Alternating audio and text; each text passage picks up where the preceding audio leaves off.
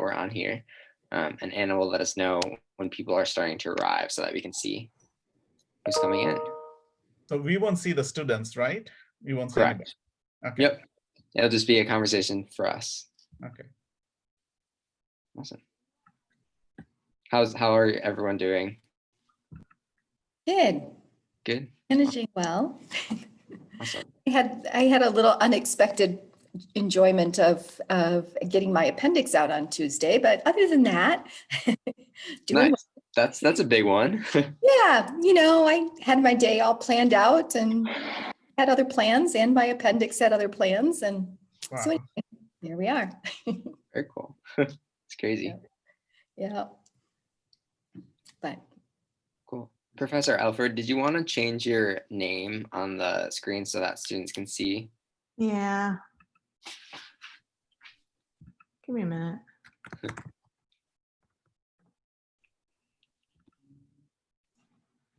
Should be showing up. yep. Perfect. Amazing. So good. All right, we'll see in just a second. Awesome. Sweet. So we're live. We can probably get started here.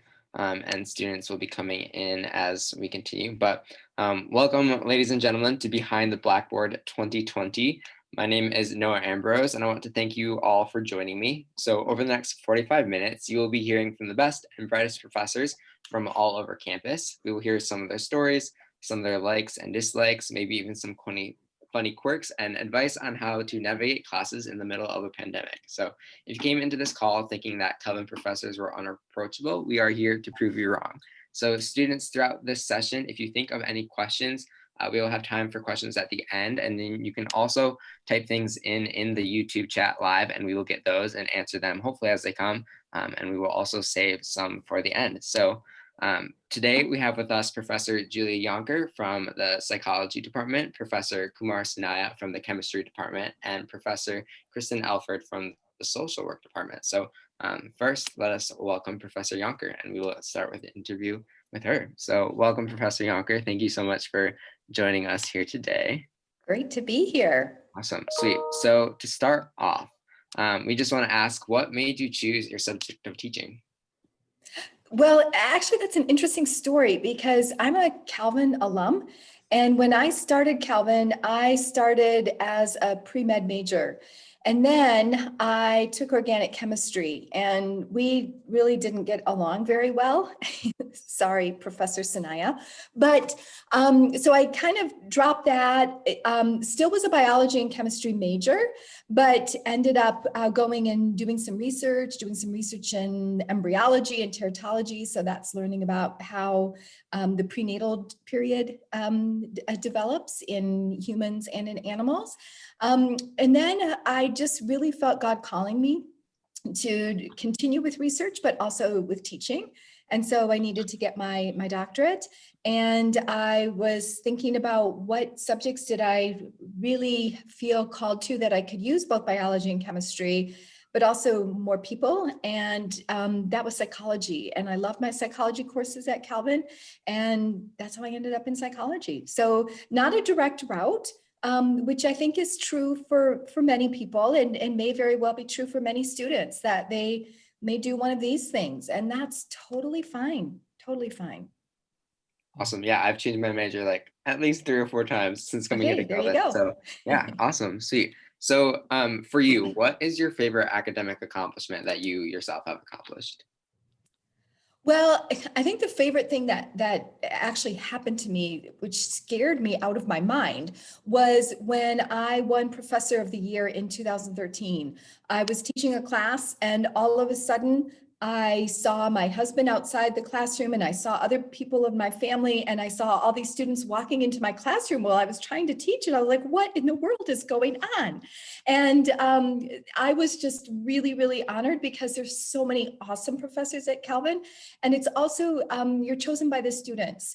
And so to me, that really meant a lot, that the students felt that I had taught them and related with them and was able to be a big part of their life and their learning. And so for me, that was a huge, huge honor. Awesome, very cool.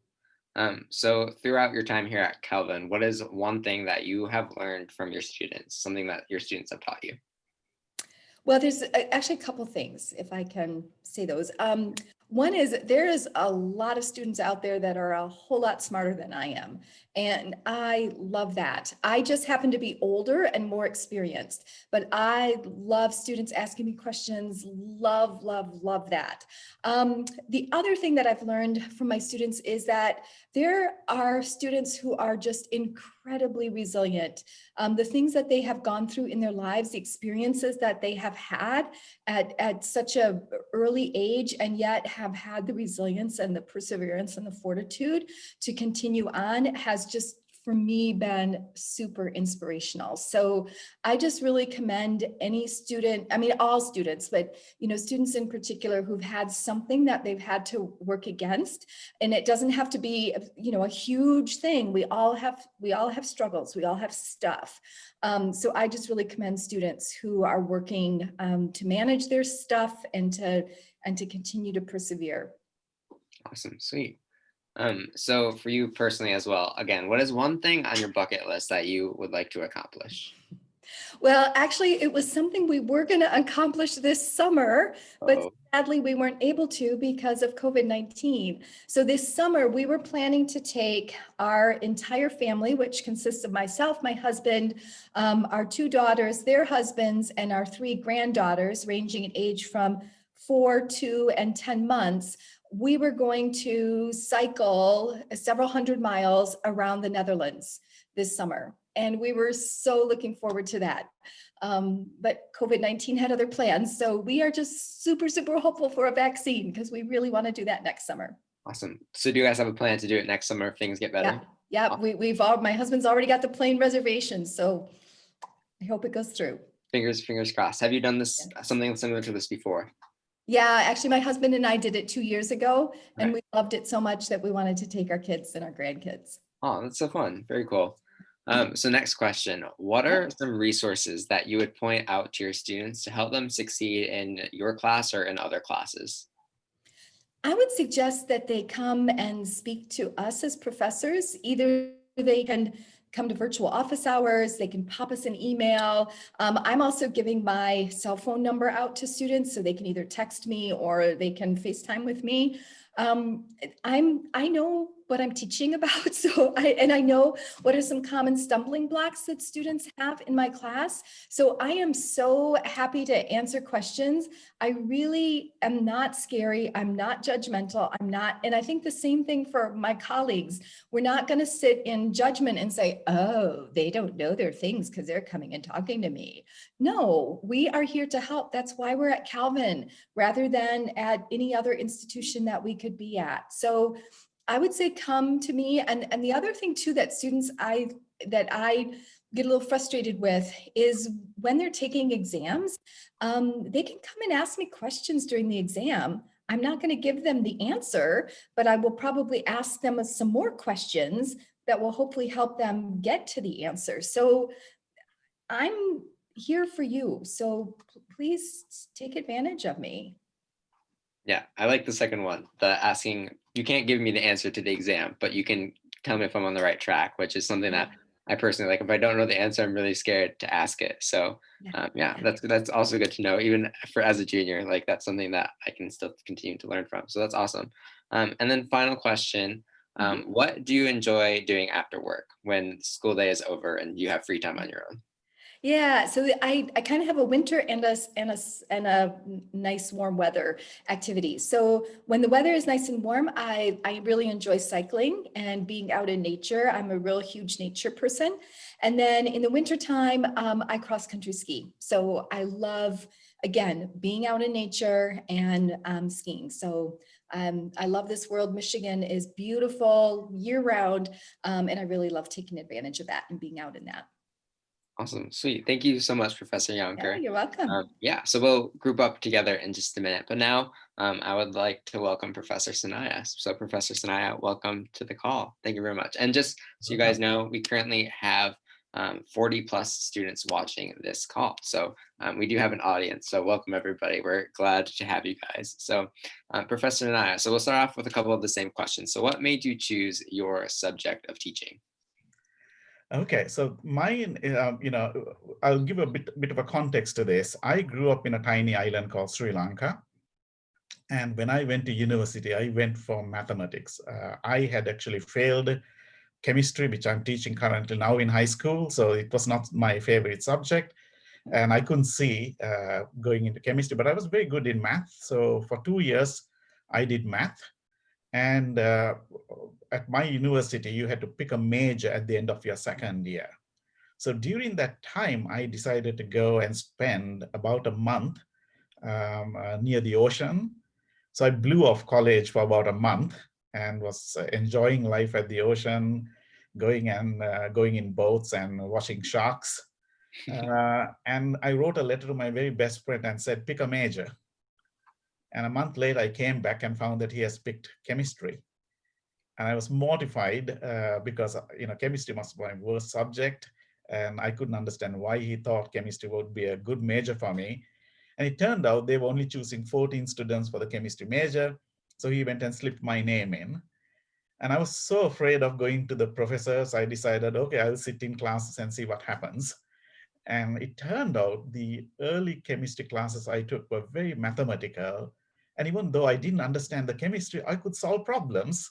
And I found my classmates knew the chemistry and they couldn't solve the problem. So we kind of had a bargain. I told them, I'll show you how to do the problem. They'll teach me chemistry. And so that's how I ended up in chemistry. Wow, that's awesome. That's a cool story. So you said you spent the first month or so of college like on the ocean. What things you said like on boats and stuff? What other things did you do during that time? I'm sorry. This was actually at the end of my sophomore year when I had to choose a major. That's when I went and stayed near the ocean. I grew up actually very close to the ocean, but I don't know how to swim.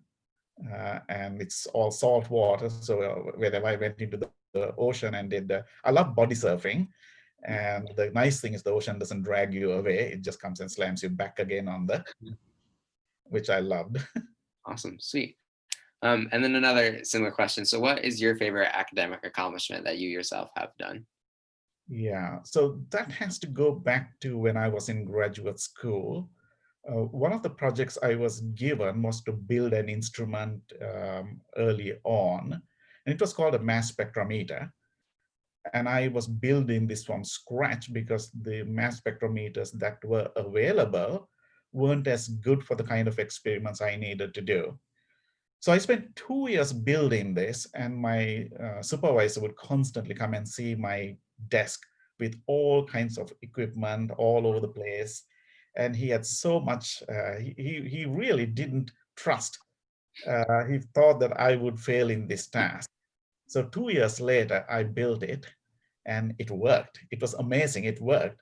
And he in fact invited a CEO of another company who built mass spectrometers to come and see what I had done. And I knew by the fact that when he came and I had a couple of scientists from IBM who visited from New York, that I had actually built something that was really worthwhile. So that gave a lot of confidence to me, especially since I did not know anything about electronics. I did not have any background in machining or putting things together. So it took me 2 years to learn all of that practically on my own and build this thing. So I consider that to be a really big accomplishment for me. Very cool. So for those of us who don't know and students who don't know, what is a mass spectrometer and what does it do? Oh, yes. So a mass spectrometer allows you to identify molecules by mass. Basically, it ionizes a molecule, so the molecule becomes charged, and based on its mass, we can identify that particular molecule. It's a very, very powerful technique for identifying small molecules or even large molecules. That's awesome. Very cool. So another question, what qualities or characteristics make up your favorite type of student? Okay, so I would say when I think about students, I don't think of students as, who's my favorite student. I think of as what characteristics does a student need to be successful in the classroom or even in college. So I would say, first of all, it's an attitude towards learning. does a student come to a classroom with the intention of wanting to learn? That's the primary focus. If that is really the major focus of that student, then that student is going to set themselves up for success. So the first thing is an attitude of learning. Second thing I look for a student, is this student willing to struggle and fail? Because if a student struggles and fails early on, then they are going to learn from that course. Because if they knew everything, they need not have been in that course, right? They could have just moved on to another course. But that whenever we struggle, whenever we fail, those are the moments that help us to learn. The same way in real life. This summer I watched a movie called Free Solo. It's one of my favorite movies. And why I like that movie is that this person was willing to struggle and fail initially in order to be successful later. And I think it's a good way to think about learning. Awesome. Yeah, I've heard something similar from other professors, and especially when it comes to students, like the first test that they may take in class usually doesn't go super well. The first test is usually the worst, and then it just gets better from there. So that's something that I think a lot of students can take into consideration as well. So that's very good. I appreciate that. And also Free Solo is a very good movie about rock climbing. For those of you who haven't seen it, it's kind of crazy. It's very crazy. So very cool. So just a plug, it's available free on Hulu. Yeah, Well, now I'm feeling stressed out again. I'm sorry, I have to interrupt. That movie is just really stressful. Okay. it is. I like rock climbing, and I was like, I could never do that. So very cool. Awesome. So if you could be doing one thing other than what you're doing now, what would that be? Traveling. Anywhere specific? I love travel videos. I've lived in several countries. I just love traveling. I love going to places, getting to know people and learning about their culture, spending time with them. That was what I really wanted to do with life. And then I got married. Nice. It was Awesome. all that. Cool. And then our final question, what do you enjoy doing after work when the school day is over? Netflix, Nice. Hulu, Amazon Prime, The Voice. In fact, one of my favorite things, I actually watch The Voice many. I watch The Voice USA, I watch The Voice UK, I watch The Voice Ireland, I watch The Voice Australia, I watch The Voice Germany. I just love watching The Voice because I find, for me, people who are struggling to sing or they think they're very good at singing and they have to face the reality of somebody saying, well, you're actually really fantastic, or really, you don't really cut it. Nice. Yeah, it's always interesting watching those shows. So awesome. Well, thank you so much, Professor Sanaya, for all your wisdom that you have to share with us. So, and then now we have Professor Alford as well with us today. So thank you for joining us. We appreciate it. Yeah, hi. Sweet. So again, same questions to start off with. What made you choose your subject of teaching? Yeah, so very much like Julie, I came in thinking I was going to do something related to chemistry. I was going to be an environmental scientist. And then because of chemistry, I switched to social work. Sorry, Kumar.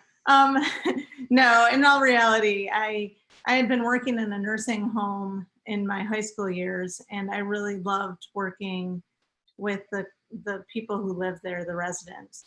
And when I mentioned to someone who worked at the nursing home that I was going into environmental science, she said, why are you wasting all your skills and all the talents that you have working with people? And so when I didn't do so well in chemistry, I mean, looking back, I actually did just fine, but it wasn't my A. Then I kind of thought back to that conversation, and I ended up going and talking to someone in social work and moved there. And now I'm also in public health. And I should say, I didn't even know that public health existed until I was in my master's program for social work. And it just felt like this natural link between my interest in the sciences and my interest in working with people. Nice. Very cool. And then what is your favorite academic accomplishment that you have done? I was thinking about this question, and I don't know, there's so many different things that are exciting, but I would say in this current time in the pandemic, because I'm in public health, I'm able to contribute in ways that, I'm really thankful for. So I feel like that my education and the experience I have working in health departments has really kind of prepared me for this time. And I feel like that's an accomplishment to me. Most definitely. We appreciate all your hard work when it comes to things like this. So Yeah.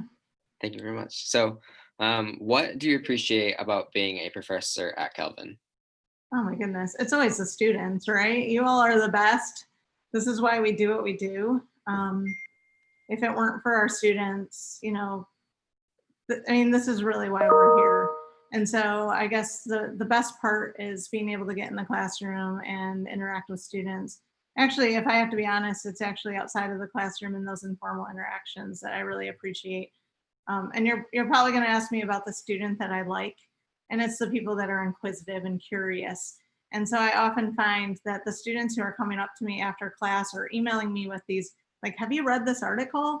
And point out these really new, interesting things. I just love that. So it's the students is what makes our jobs really satisfying. For sure. Yeah. So a similar question along that, like, what is one way that you personally connect with your students? Oh, goodness gracious. Do you mean like in I didn't know how to interpret this question. Do you mean more like in a medium or in interaction? So one way I really connect with my students is when we have overlaps of interests. And Kumar mentioned that he loves Netflix and Amazon Prime, etc. I love reality TV. And so one of the ways that I connect with students is around all things reality TV.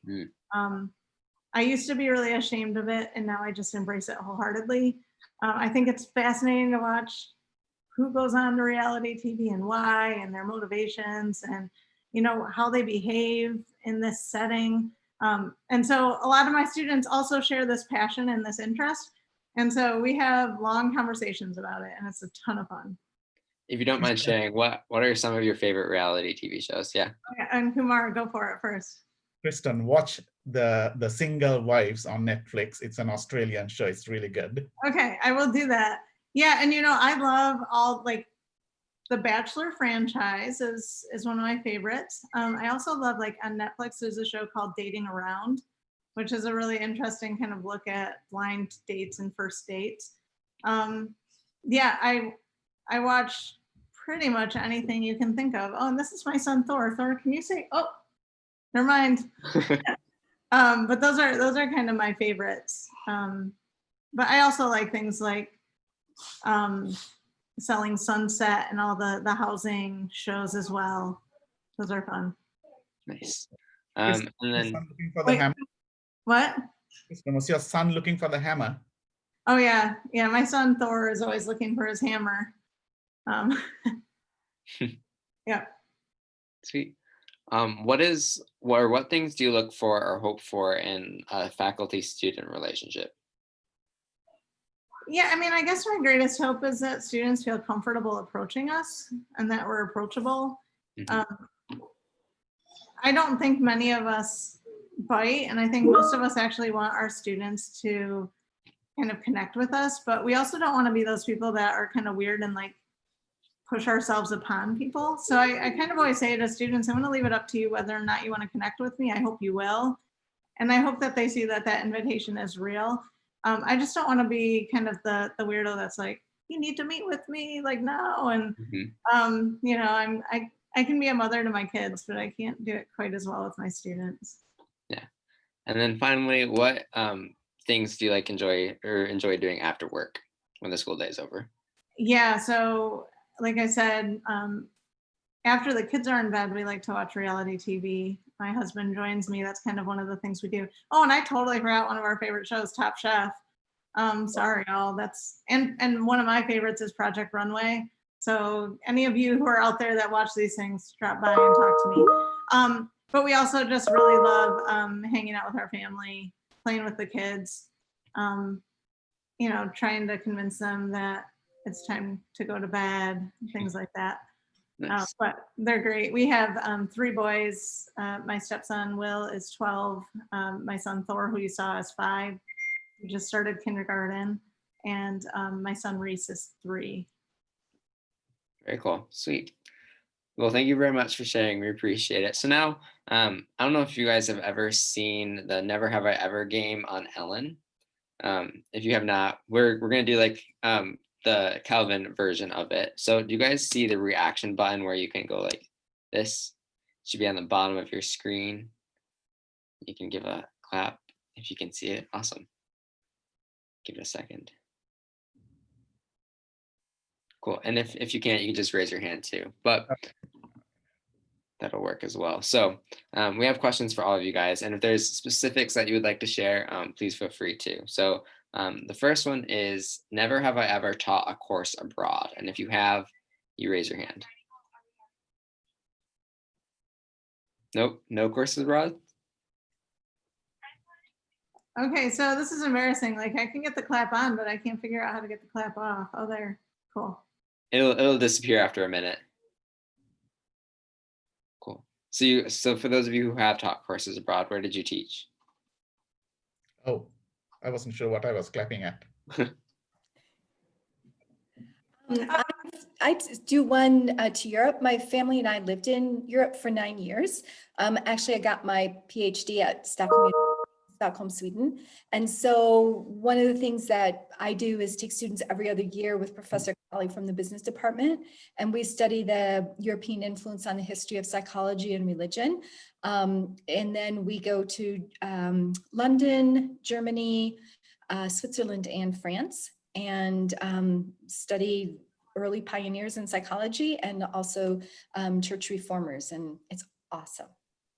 Very cool. Go in May too, when it's warm. So I take students to Nepal, and we look at the healthcare system in rural and city hospitals in Nepal.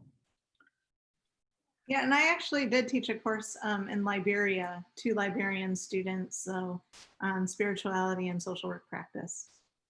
Awesome. Very cool. So lots of options here at Calvin to study abroad, potentially. Sweet. And then again, just so that we can clarify this, if you have done it, you just raise your hand. So that'll work. Awesome. So have you ever led research projects with your students? Sweet. Do you guys want to share those as well? I can start. So for the past, I think 5 summers, have done something called the McGregor Student Research Fellows Program in the summer, or undergraduate project. And so I've had students working on some healthcare data here in Grand Rapids. I've had students working on a project in Liberia. I've also worked through the Civitas lab, doing some work with a local social service agency looking at diversity in the workplace. So lots of different types of projects. Yeah, I also have had students that have worked with me virtually every summer that I've been a professor here at Calvin. And we've done a variety of different aspects of gathering data, doing interviews. I tend to do a little bit more research in what's called positive psychology. So looking at what are positive contributors to people's physical, emotional, and spiritual well-being. And so we've gathered data from a number of different sources. We've also worked with older adults, with emerging adults, adolescents.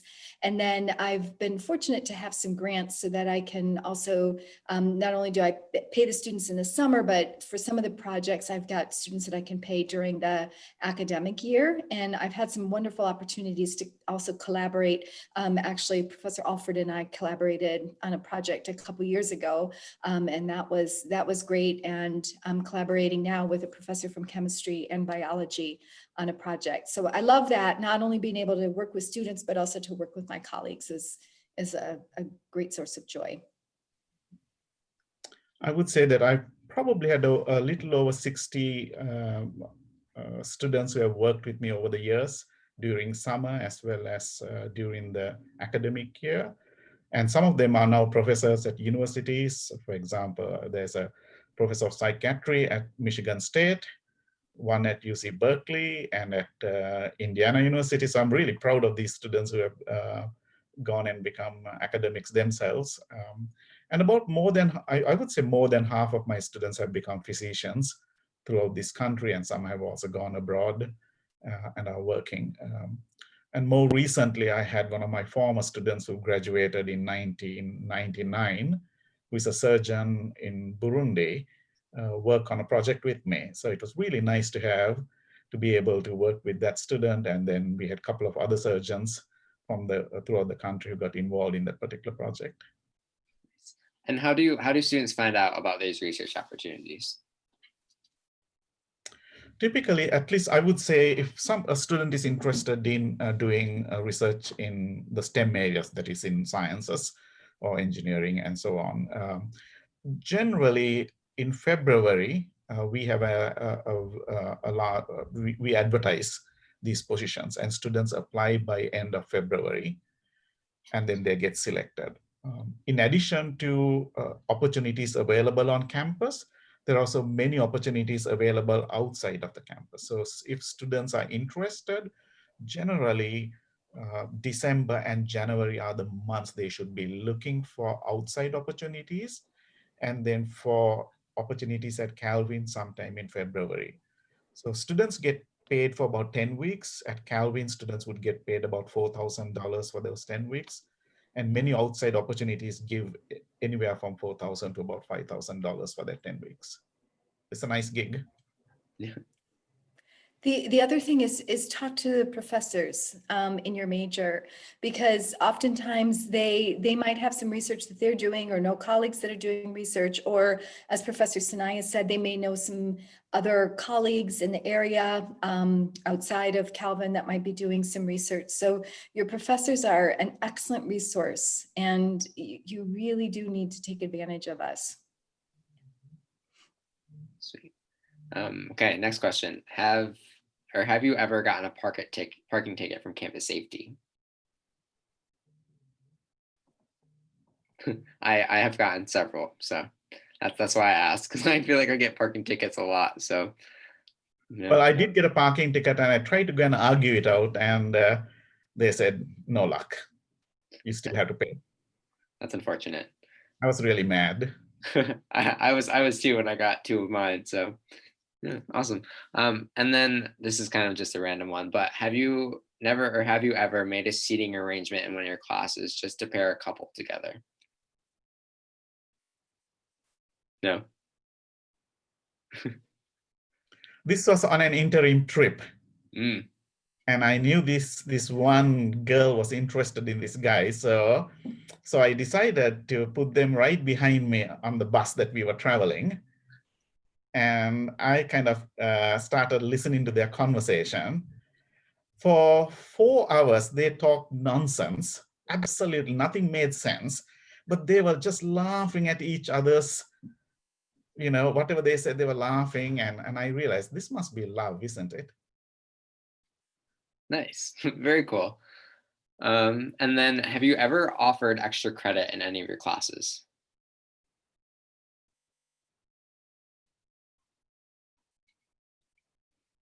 So some say yes, some say no. Would you say most professors offer extra credit, or is it about 50-50?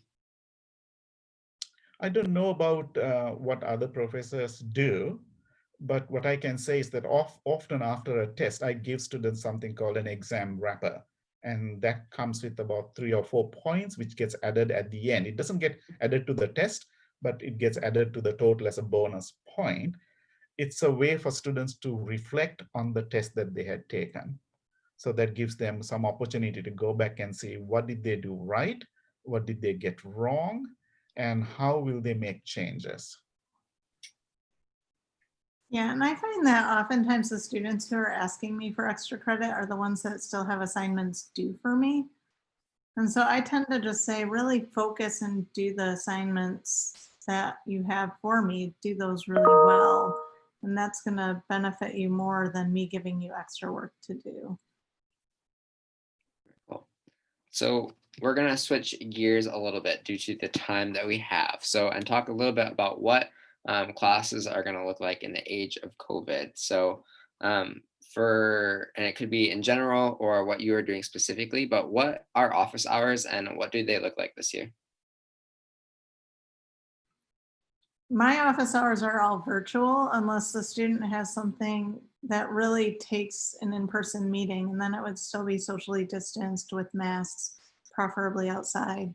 I can think of a few things that maybe would require us to be in person, but for the most part, my office hours will be virtual. And I think some people will do it differently, but it probably won't be in someone's office. It will probably be in a larger room where you can have social distancing.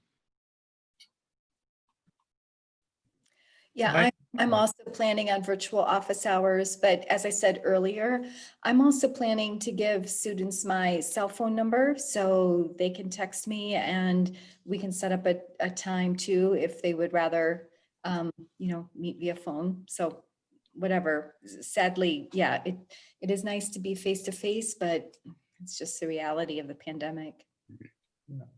So I mean, I would do the same. I think it's office hours and meetings will be on Teams. Unlike Professor Yonker, I'm not planning to give my cell phone freely. If a student wants it for $5, they can have it. If they're nice to me, I'll give it for $3. And if they want to meet me personally, they can take me out to a coffee shop and buy me a coffee. Awesome. We love that. Very cool. So in terms of classes in itself, what is expected if I don't know if any of you are teaching hybrid classes, but expected for students that are coming in online for part of the time and then in person for part of the time? What does that look like this year? Well, everyone that's going to be doing remote learning needs to be working through the Center for Student Success. And I think probably all the students that are on this call know that already. But if something happens, like you need to be in quarantine or isolation, all of our classes are going to be videoed and streamed, but also live so you can learn at the same time. My expectations is that you let me know if you're not going to be in class and that you're going to be meeting remotely. That way I can just have that sense of where you're at. And my expectation that if you're in the same time zone and you're feeling okay, I hope you would join at the same time as class is happening. But I know that if you're in a different time zone, that might not be possible. Or if you're not feeling well, then just don't come to class just like you would not normally come to class. Awesome. For people who are in labs, are those going to be trying to be in person as long as they can be, or will those be online as well? For labs, right? Correct. So it depends. I think I would say, for instance, in chemistry, if the lab requires skill building, then you've got to be present in a lab. So for instance, if you're doing it remotely, obviously you will not be able to be present to demonstrate that you have learned certain skills. And if that's the case, you might want to take the lab in another semester. But if the lab is not based on skills, then some of those labs will be available online. Awesome. Yeah, I have a lab class also with my health psychology class that also involves some outside speakers. So that will all be virtual. We normally do field trips, but unfortunately we can't do that this semester.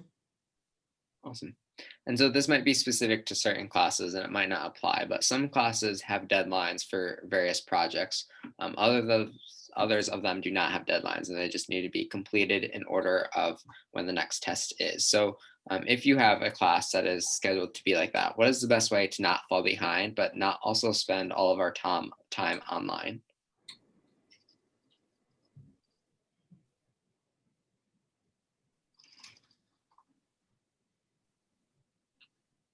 And I can repeat the question because it's kind of a lot. So. No, well, I'm trying to chunk through because my classes have deadlines. So, and for the very reason that you sort of mentioned is it keeps people on track. I mean, I know for myself, if I just say, get this done by, some date months in advance, my brain is kind of like, oh, it's not months in advance. And so I don't need to think about it. But if you're giving me deadlines along the way, then I am paying attention to it, and then I am doing it. So I guess if the professor doesn't create those hard deadlines for you, then you should create them for yourselves.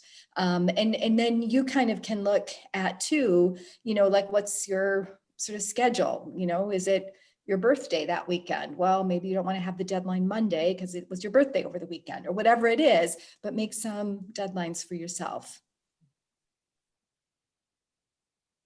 Yeah, I agree with what Julie said. I think, deadlines are ways for us to accomplish tasks.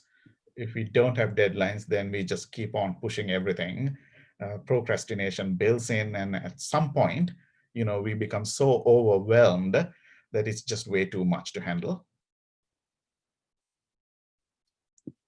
Awesome. So this is another question regarding like classes and whether or not students should take the risk. Like, so say a student has allergies or a student isn't feeling very well.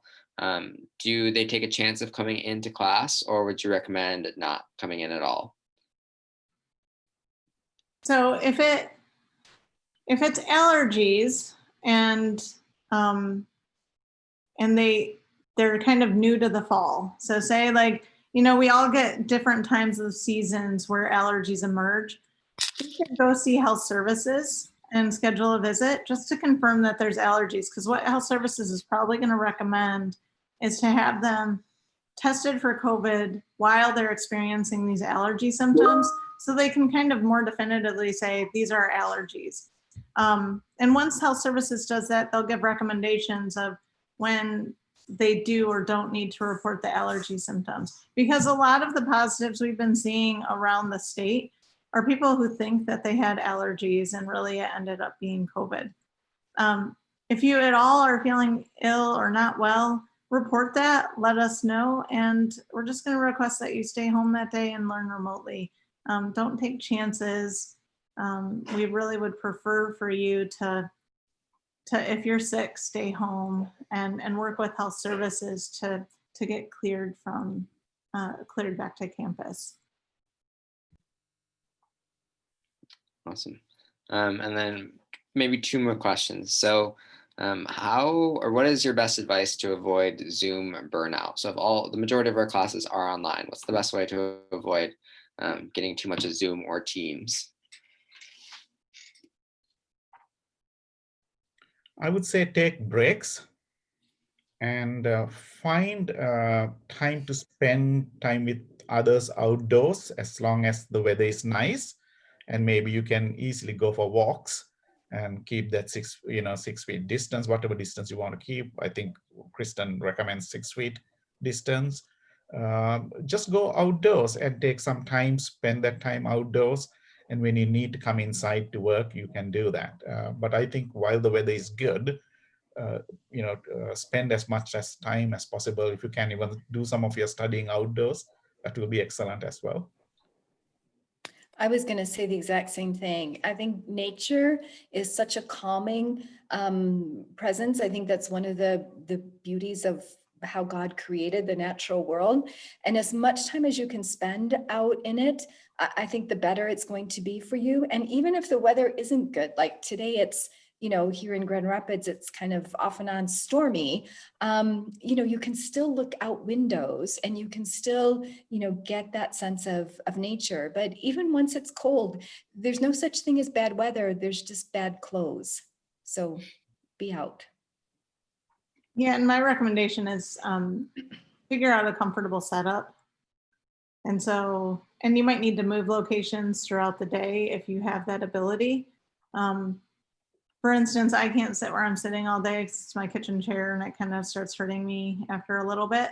But it is a nice place to sit once in a while, and sometimes I'll go in another area. And I know sometimes we're restricted in terms of locations, but try to build your habitat in such a way where you have a couple different locations, even if it's just in your dorm room, that you can sit and kind of move around. Awesome. And then our final question for today, what are some of your online pet peeves that students do that they should not do during online classes? Well, I would say that I one time had to go and be in a classroom to see how a faculty member was teaching, and I sat at the back, and I saw 3 students with computers. One was shopping on Amazon, and one was chatting with a friend, and the other person was browsing through different websites. I think when students do that, the instructor can actually see what they are doing, even though they don't see the computer. By looking at their eyes and maybe a slight smile, or you, as instructors, we really know that these students aren't engaged. Um, and I think it's if it's a 50-minute class, the more you are engaged, the more it will facilitate your learning. The less you're engaged, the less you're going to learn. But the unfortunate thing is, because you didn't learn and use that time wisely in that 50-minute period, you got to go and do additional work later. Yeah, I would just like to second what Professor Sanaya said, is that if you're multitasking, you're not tasking, you're messing with your learning in so many different ways. And in my mind too, I'm thinking, you know, if I were to give you $100 bill, which would be, you know, almost the cost of one class period. And if I were just to give you $100 bill, what would you do with it? Right? And you could probably think of all sorts of things, but I very rarely hear a student say, well, I'll just rip that up and throw that in the garbage. But that's essentially what you're doing. You're paying for class. And by multitasking, you're basically ripping up whatever that money was and throwing it in the garbage. Who would do that? So focus, please. And my word of advice is actually probably more for myself, which is when you're not talking, to mute. Just because sometimes on like Teams and such, the background noise can be a little overwhelming, and it's always a little awkward when you're leading a group to say, can everyone please mute? Because I always feel like I'm kind of pointing someone out. Awesome, sweet. Well, I believe that is all the time that we have for this session today. So thank you so much, Professor Yonker, Professor Sanaya, and Professor Alford, for joining us. We really appreciate all the wisdom that you guys have to share. And I hope students are excited to meet all of you because you guys are, like we said before, some of the best of the best. So thank you again for joining us, and hope you guys enjoy the rest of your day. And we're looking to seeing all of you at some Yeah, we're point. looking forward to seeing you. Okay, thanks all.